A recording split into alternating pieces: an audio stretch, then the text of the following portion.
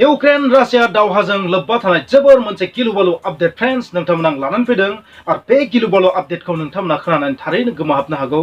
नोंथांमोना बे बाथ्राखौ मिथिनोब्ला इउनाइटेड स्टेट्स अफ आमेरिकाया थामहिनबा ज' बाइडेननि सरकारा जेलेन्स्कीखौ क्रिमियायाव एटाक खालामनो थाखाय अनुमति होबाय। मोनसे ओरैबायदि खुला खालामनानै होबाय लामाखौ जेलेन्स्कीया इउक्रेना गोसोबा क्रिमियायाव गाग्लोबनो हायो, जायखिजाया हाथियारजों एटाक खालामनो हायो। आरो फ्रेंड्स इउनाइटेड स्टेट्स अफ आमेरिकाया ज' बाइडेन बिथांनि सरकारा क्रिमियायाव एटाक खालामनो थाखाय जुदि आर्मियारि सान्थ्रियारि जुदि मदद नांगौबा बेखौबो हरगोन आरो हाइमार्स आरो MLRS जोंबो एटाक खालामनो थाखाय अनुमति होदों, उदां खालामनानै होबाय। थामहिनबा जेलेन्स्कीया गोसोबा क्रिमियायाव जायखिजाया रोखोमै एटाक खालामनो हागोन, जायखिजाया हाथियारजों एटाक खालामनो हागोन, लं रेन्ज माल्टिपल रकेट सिस्टेमफोरजोंबो एटाक खालामनो हागोन। आरो बेबादिनो हाइमार्सआबो मोनसे फ्रेंड्स नोंथांमोना गासै बे बाथ्राखौ मिथिगौ। हाइमार्सआ ओरैबायदि मोनसे बे दावहानि थासारिखौ उल्थां फाल्थां खालामनानै होदों। हाइमार्सनि थाखायनो रासिया दिनैसिम बे दावहाखौ मोजाङै साक्सेस जानो हायाखै। स' बिदिब्ला फ्रेंड्स बे गिलु-बालु खौराङा फैदों इउक्रेननिफ्राय आरो खौराङाव फैनाय बादिब्ला इउक्रेना क्रिमियाखौ माखासे गुबुन गुबुन साइडनिफ्राय खनसेनो एटाक खालामनो हागौ।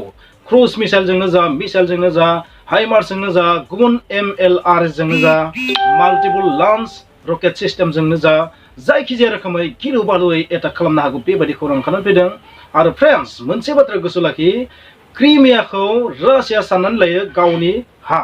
बेनिखायनो भ्लादिमिर पुतिन बिथाङा मोनसे बाथ्राखौ बुंबोदोंमोन, जुदि रासियानि अस्तित्वआव थामोनथायाव जुदि खैफोद फैयोबा गिख्रंथावै गाग्लोबनो हागौ इउक्रेननि सायाव, जायफोर हाथियारखौ बाहायनाङामोन बैफोर हाथियारखौबो बाहायनो हागौ। बेनिखायनो फ्रेंड्स जायखौ जों गिबाय थादोंमोन, बे बुहुमा जायखौ गिबाय थादोंमोन बै गिनायानो दिनै मोगथां जानायनि लामायाव। मानो होनबा क्रिमियाखौ एटाक खालामनायनि ओंथिया जाहैबाय रासियाखौ एटाक खालामनाय। रासिया बेबायदि साननानै लागोन। बबेखानि एटाक खालामनायनि उनाव मा थासारि जागोन बेखौथ' समाजआ खिन्थागोन। मा गमामायैनो इउक्रेना क्रिमियायाव एटाक खालामोबा हाइमार्सजोंनो जा गुबुन हाथियारजोंनो, अब्ला रासिया बेखौ फिन गिलु-बालुयै गिख्रंथावै काउन्टार एटाक खालामफिनगोन एबा जायफोर हाथियारखौ बाहायनाङामोन बै हाथियारफोरखौबो बाहायगोन। फ्रेंड्स बेखौथ' समाजआ खिन्थागोन। आरोबाव रासियानिफ्राय मोनसे गिलु-बालु खौरां, बे गिलु-बालु खौराङा जाहैबाय नोंथांमोना मिथिगौ। नोंथांमोना मा मिथिगौ जे साननैसो सिगांनिफ्रायनो रासियाव गोदानै आर्मियाव भर्ति खालामनाय सोलिबाय थादों। नाथाय भ्लादिमिर पुतिन बिथांनि सरकारा मोनसे बाथ्रा फोसावदों आरो बे बाथ्राया रासियान सुबुंफोरनि थाखाय, जायफोर सुबुंफोरा रासियानि बायजोआव दङ आरो गुबुन हादरनिफ्राय गावनि हादराव फिन फैफिनाखै, बै सुबुंफोरनि थाखाय बिथांमोननो मोनसे आल्टिमेटाम होदो। जोबोर थाबैनो जुदि फैयाबा, गिदिंनानै फैफिनाबा, अब्लानिया बै सुबुंफोरनि, जायफोर सुबुंफोरा गुबुन गुबुन हादराव दङ, बै सुबुंफोरनि सम्पतिखौ सेनाय जागोन। माने रासियान सरकारा बुंनो नागिरनाया बेनो, जायफोर सुबुंफोरा आर्मि जानो हाथाव, आर्मि जानो थाखाय फिट, बै सुबुंफोरा जुदि गुबुन हादराव दङबा, बै सुबुंफोरा जुदि फैयाबा बिसोरनि सम्पतिखौ सेनाय जागोन आरो बिनि अनगायैबो गुबुन गुबुन रोखोमनि एक्सनबो लानो हागौ। स' बेबायदि मोनसे डिसिसन लादों।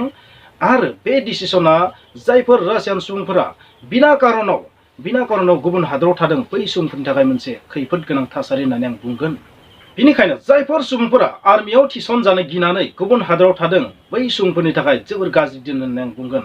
आरोबाव मोनसे बाथ्रा फोसावबोदों, बेखौ लागु खालामनो थाखाय, बे बुंनाय बाथ्राखौ लागु खालामनो थाखाय जोबोर थाबैनो रासियानि संसदआ आयेन लाबोगासिनो दङ। आरो बे आयेनखौ बानायखांनायनि उनाव बे जुदि मोगथां जायोबा गमामायैनो बै सुबुंफोरनि थाखाय जोबोर गाज्रि दिन होननानै आं बुंगोन। आरो फ्रेंड्स रासियानि नारसिननायावनो काजाखस्ताननि सरकारा मोनसे डिसिसन लादों आरो बे डिसिसना जाहैबाय, बे साननैसोनिफ्रायनो जायफोर सुबुंफोरा गुबुन हादरनि फैनानै थाफैदों काजाखस्तानाव, बै सुबुंफोरा बांद्राय गोबाव काजाखस्तानाव थानो हानाय नंलिया।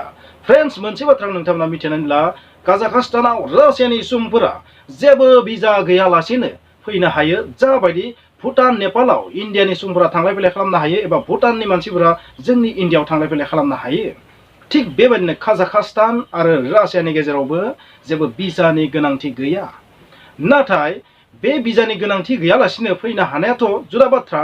नाथाय काजाखस्ताननि सरकारा ओरैबायदि मोनसे नेम बानायबाय रासियानि प्रेसाराव, बे जाहैबाय गोबाव सम रासियान सुबुंफोरा काजाखस्तानाव थानो हानाय नंलिया।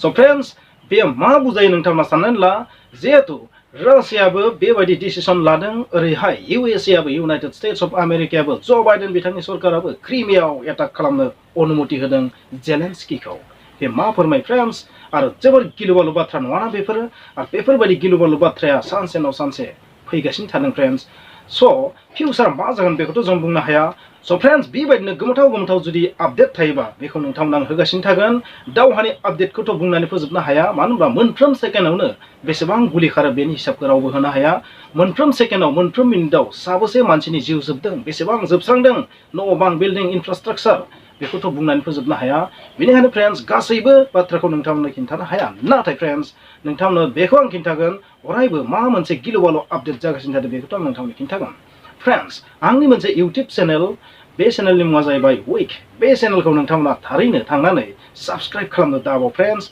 लोगोसे बेहाय होनाय माखासे फेक्सनि भिडिअफोरखौबो नोंथांमोना नायनो दाबाव आरो फ्रेन्ड्स बे भिडिअखौ जुदि नोंथांमोना नायनानै मोजां मोनदोंबा प्लिज बे भिडिअखौ लाइक खालामनो दाबाव शेयार खालामनो दाबाव आरो फ्रेन्ड्स नोंथांनाव जुदि चेनेलाव गोदानबा थारैनो साबस्क्राइब खालामनानै अल बेल आइकनखौ थुनो दाबाव बेल आइकनखौ थुनायनि उनाव अल अपसन फैगोन बेखौ थुनो नोंथांमोना दाबाव फ्रेन्ड्स अब्लानिया आं भिडिअ होनाय लोगो लोगो नोंथांनियाव नटिफिकेसन थांगोन बेफोरनि थेंक इउ